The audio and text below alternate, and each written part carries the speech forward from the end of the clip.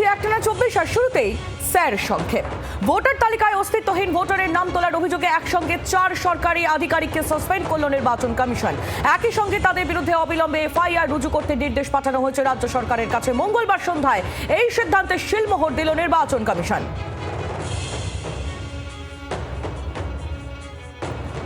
শুনানি চলাকালীন এই আরোকে হুমকি দেওয়ার অভিযোগ। সমাজ মাধ্যমে ভিডিও ভাইরাল হতেই শোরগোল। ভিডিওতে দেখা যাচ্ছে মোহনপুর পঞ্চায়েতের শান্তিনগর গার্লস হাই স্কুলে চলছিল এসআইআর এর শুনানির কাজ করছিলেন এই আরো পিয়ালি বন্দ্যোপাধ্যায়। সেখানেই তার সঙ্গে বচসায় জড়িয়ে পড়েন শেখ আরিফ নামে এক ব্যক্তি। এই আরোকে হুমকি দেওয়া হয় বলে অভিযোগ। জলপাইগুড়িতে এসআইআর শুনানিতে হয়রানির অভিযোগ। শুনানির জেরে বিপাকে চা শ্রমিকরা। কাজে না গেলে হাজিরা মিলবে না, সেখানে কাজ ফেলে কিভাবে শুনানিতে যাওয়া সম্ভব? প্রশ্ন তুলে ক্ষোভ উগরে দিয়েছেন চা বাগানের শ্রমিকরা।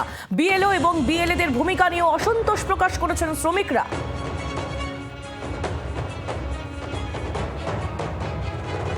জেলায় জেলায় অব্যাহত হিয়ারিং হয়রানি। ভাঙা কোমর নিয়ে শুনানিতে হাজির প্রৌঢ়া। জলপাইগুড়ির আরটিসি সেন্টারে শুনানিতে হাজির গীতা দত্ত। চরম হয়রানি বছর 70-এর প্রৌঢ়ার।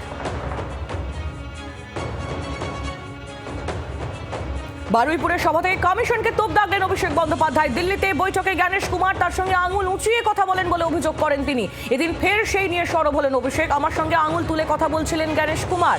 বাঙালি কি তা দিল্লিতে গিয়ে বুঝিয়ে এসেছি। এরপরে মমতা বন্দ্যোপাধ্যায় কমিশনে যাবেন, হুঁশিয়ারি অভিষেক বন্দ্যোপাধ্যায়।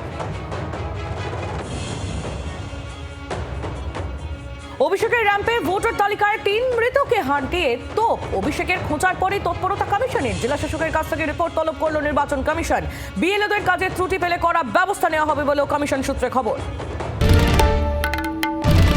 বাংলার আওয়াজ, বাঙালির আবেগ, জি 24 ঘন্টা।